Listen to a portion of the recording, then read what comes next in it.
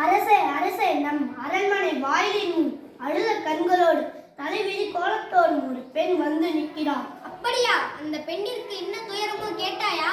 கேட்டேன் மன்னவா, அதை பற்றி உங்களிடம் நாம் கூற வேண்டும் என்று சொல்கிறாள். அவள் நீதி கேட்டு வந்திருப்பதாக கூறுகிறாள்.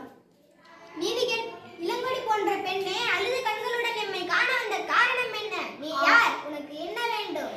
ஆராயாது நீதி வழங்கி மண்ணை என்னையா யார் என்று கேட்கிறாய்? சொல்கிறேன் கேள். உலகம் இயக்கும் மன்னம் ஒரு புறாவைக்கார் தன் உடலே தன் சிப்பி மன்னனை பற்றி அறிவாயா? பார் போற்றும் பசுவை மக்கள் தெய்வமென வணங்க அதன் கண்டை தேர்காலிற்று கொன்ற தன் மகனையும் அதே தேர்காலிற்று கொன்றானே மனுநீதி சோழன், அவனை பற்றி நீ அறிவாயா?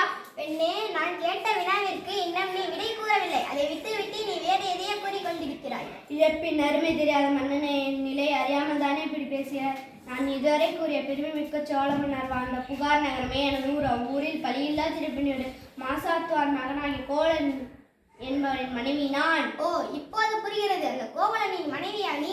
போதும் மன்னா, என் கணவனை இகழ்வதற்கு உனக்கு என்ன தகுதி இருக்கிறது? ஊழ்வினை பயனால் 100க்கு வந்து என் காற்றிலம் விற்க வந்த என் கணவனை அநியாயமாக கொண்டதோ அறநெறிக்கு இழுக்கென்று